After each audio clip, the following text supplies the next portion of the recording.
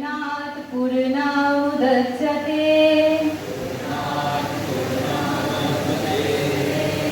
पूर्णस्य पूर्णमादाय पूर्णमेवावशिष्यते।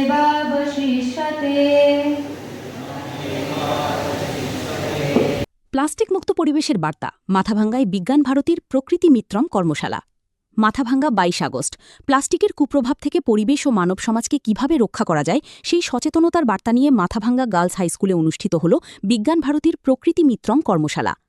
শনিবার বিজ্ঞান ভারতী উত্তরবঙ্গ পশ্চিম কোচবিহার শাখার উদ্যোগে এবং জেলা সংযোজক সুকুমার সাহার আয়োজনে এই কর্মশালায় মাধ্যমিক স্তরের ছাত্রছাত্রী ও শিক্ষক শিক্ষিকারা অংশ নেন।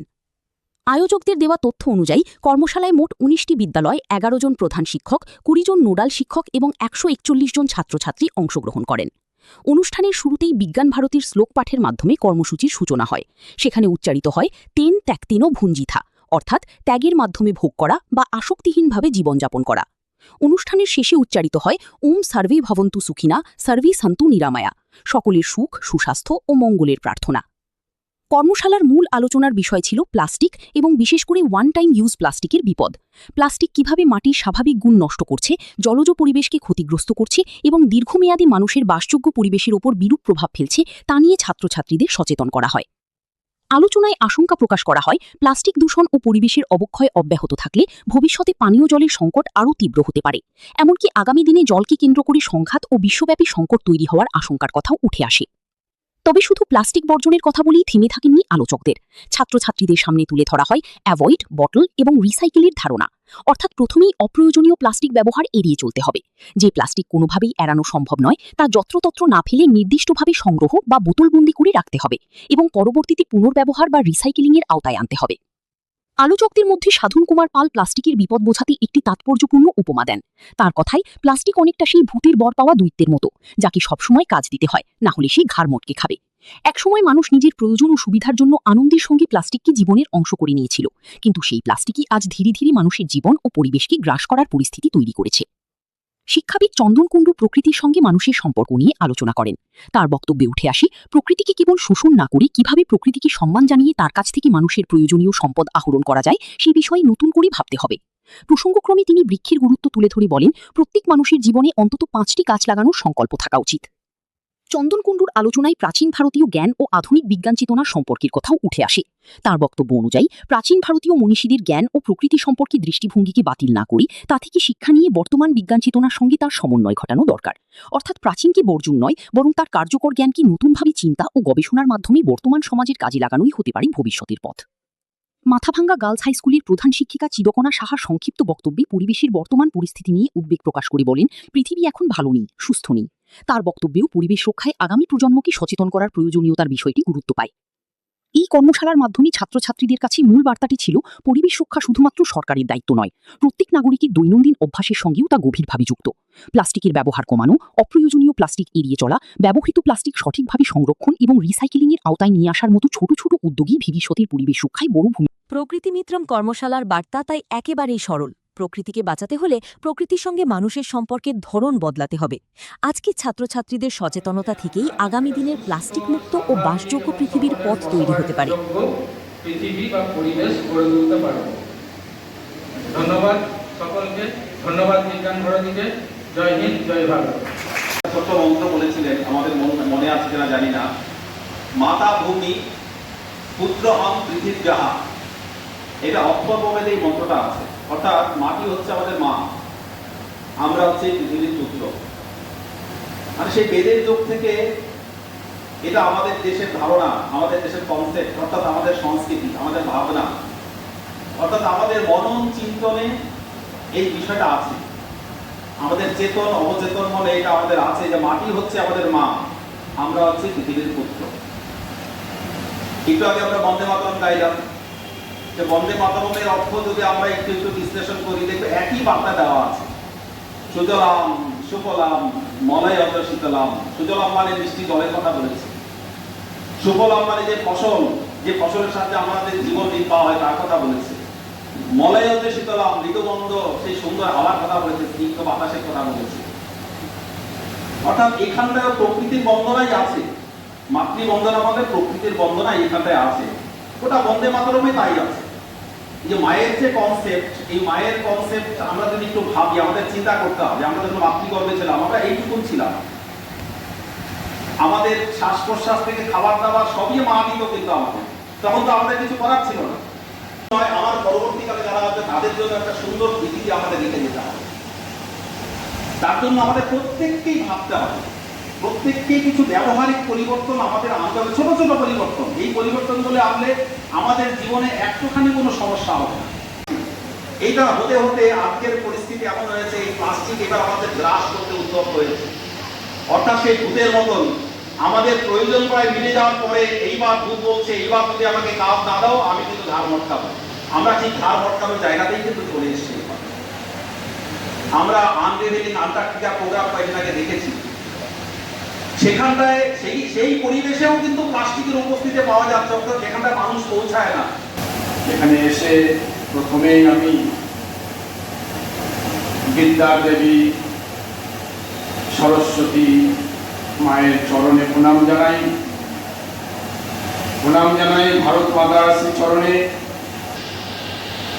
এটা মাথাভাঙার বুকে একটা ইতিহাস হয়ে থাকবে যে এরকম একটি যে শুভ প্রয়াস, তার শুভ উদ্বোধনে আমরা উপস্থিত ছিলাম।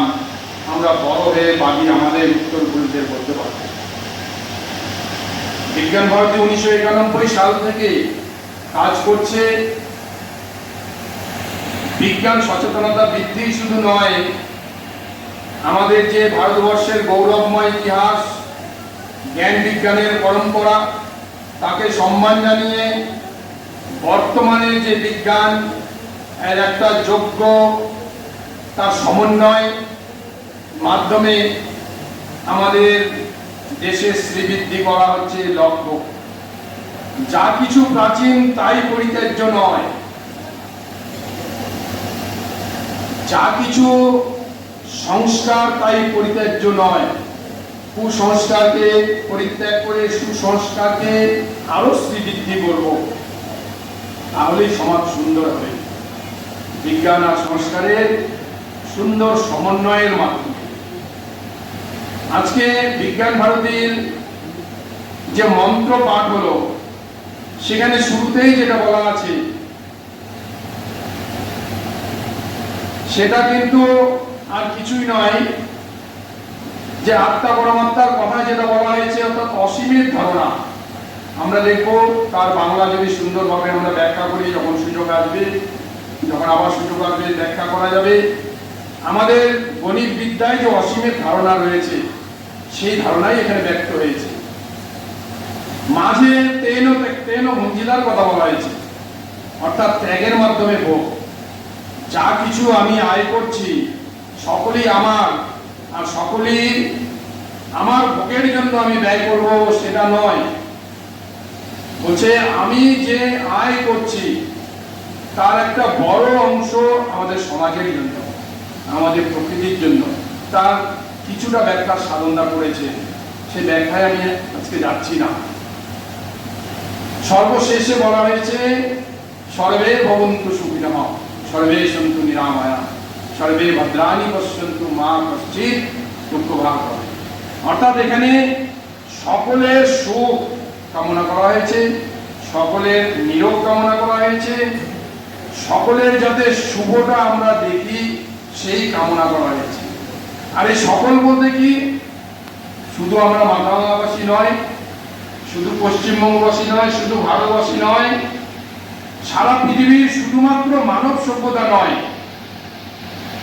সারা বিশ্ব ব্রহ্মাণ্ডের জীব জড় মিলে যা কিছু আছে সকলের সুখ কামনা করা হয়েছে। এরকম অনেক ক্ষেত্রেই আমাদের অনিচ্ছা সত্ত্বেও প্লাস্টিক আমাদের ঘরে আনতে হয়। এই প্লাস্টিক যাতে ঘরে ঢোকার পর আর বাইরে না বেরোতে পারে, সেই জন্য একটা বোতল বন্দি করবো প্লাস্টিকগুলোকে। শুধুমাত্র একটা কথা, একদিন প্রকৃতি কেঁদে উঠে বলেছিল, ভালো নেই, ভালো আমি থাকিনি কখনো, আমার বাতাসে জলে তিলে তিলে বিষ মিশে গেছে, সেই বিষে লাল হয় বৃক্ষের সবুজ, বাতাস এমনই ভালো। প্লাস্টিক, হ্যাঁ, প্লাস্টিক হচ্ছে সেই বিষ। আসুন আজকে আমরা সবাই মিলে বিজ্ঞান ভারতীর হাত ধরে প্রকৃতি মিত্রম এই যে কর্মশালা, সেই কর্মশালায় মূল্যবান বক্তব্য শুনি, হাতে কলমে শিক্ষা গ্রহণ করি, কিভাবে আমরা প্লাস্টিককে বোতলবন্দি করে আবার রিসাইক্লিং করব, তার পথ নির্দেশ পাই। তাহলেই আমাদের আজকের এই কর্মশালা সার্থক হবে। সবাইকে অনেক অনেক ধন্যবাদ। প্রকৃতি মিত্রম প্রোগ্রামের মূল অনুষ্ঠান হলো সমাজ থেকে প্লাস্টিক কালেক্ট করা, রিসাইকেল করা, আমাদের সকলের ভবিষ্যৎকে ভালো করার জন্য। আমরা যতটা পারি প্লাস্টিককে কম ইউজ করব, যে প্লাস্টিকটা ইউজ করব সেটাকে বোতলবন্দি করব, যাতে প্লাস্টিক যত ছড়িয়ে না থাকে। এছাড়াও বিজ্ঞান ভারতী অনেক প্রোগ্রাম নিয়ে রয়েছে হাতে, যেরকম প্রথমে হয়েছিল space on wheels, science on wheels, drone technology. আমাদের এমিনেন্ট সায়েন্টিস্টদের দ্বারা ওয়ার্কশপ করানো হয়, যার ফল মাথাভাঙ্গা পেয়েছে আনরিবেল আন্টার্কটিকার মাধ্যমে। এরপরে আমাদের কর্মসূচি রয়েছে কিভাবে বাচ্চাদের অ্যাক্টিভিটির মাধ্যমে বিজ্ঞান শেখানো যায়, তার জন্য প্রকল্প আসছে বিজ্ঞান যাত্রা। এভাবে বিজ্ঞান ভারতী নিরলস প্রচেষ্টা করে যাচ্ছে ছাত্রছাত্রীদের স্কুলমুখী করে তোলার জন্য। আমরা সবাই জানি বর্তমানে ছাত্রছাত্রীরা, বিশেষ করে গ্রামের পিছিয়ে পড়া ছাত্ররা একটু কম পরিমাণে স্কুলে আসে। তাই বিজ্ঞান ভারতী এমন একটা অ্যাক্টিভিটি নিয়ে এসছে, বিজ্ঞান যাত্রার মাধ্যমে ছাত্রছাত্রীরা একদম অ্যাক্টিভিটি করে সায়েন্স শিখবে, সায়েন্সের প্রতি আগ্রহ হবে। কলেজে যে সায়েন্সের সিটগুলো ফাঁকা আছে সেগুলো আগামী দিকে ভরবে, এই আশা রাখে বিজ্ঞান ভারতী।